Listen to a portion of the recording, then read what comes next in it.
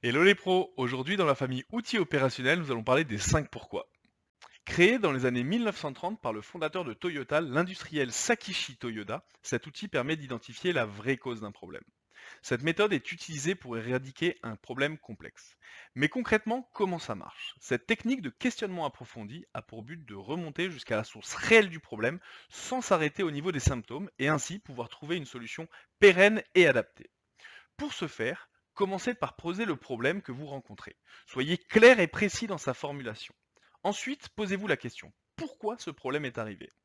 Prenez la réponse et reposez-vous la même question. Pourquoi est-ce arrivé? Puis, recommencez 5 fois. Pour illustrer tout ça, imaginons que vous soyez un distributeur de meubles qui fait face à des problèmes de livraison. Problème. Nous n'arrivons plus à livrer nos meubles à nos clients en moins de 2 semaines. Questionnement. Pourquoi n'arrivons-nous plus à livrer en moins de 2 semaines? Parce que notre fournisseur nous livre en retard. Pourquoi le fournisseur nous livre en retard? Parce qu'il n'y a plus suffisamment de stock. Pourquoi le fournisseur n'a plus de stock? Parce que les bateaux de transport dont il dépend sont retardés. Pourquoi les bateaux sont retardés? Parce que les bateaux se remplissent moins vite et qu'ils doivent être pleins pour partir.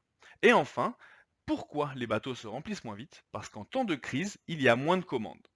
Dans cet exemple, si on s'était arrêté au premier pourquoi, on aurait sûrement conclu qu'il fallait changer de fournisseur, alors que la cause racine du problème est liée au transport par voie maritime en temps de crise, et que notre fournisseur propose probablement du fret par voie terrestre ou aérienne, dont le fonctionnement pourrait être moins impacté en temps de crise.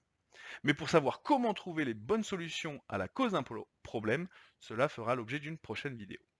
Pour une bonne identification des causes, plusieurs itérations des 5 pourquoi peuvent être nécessaires.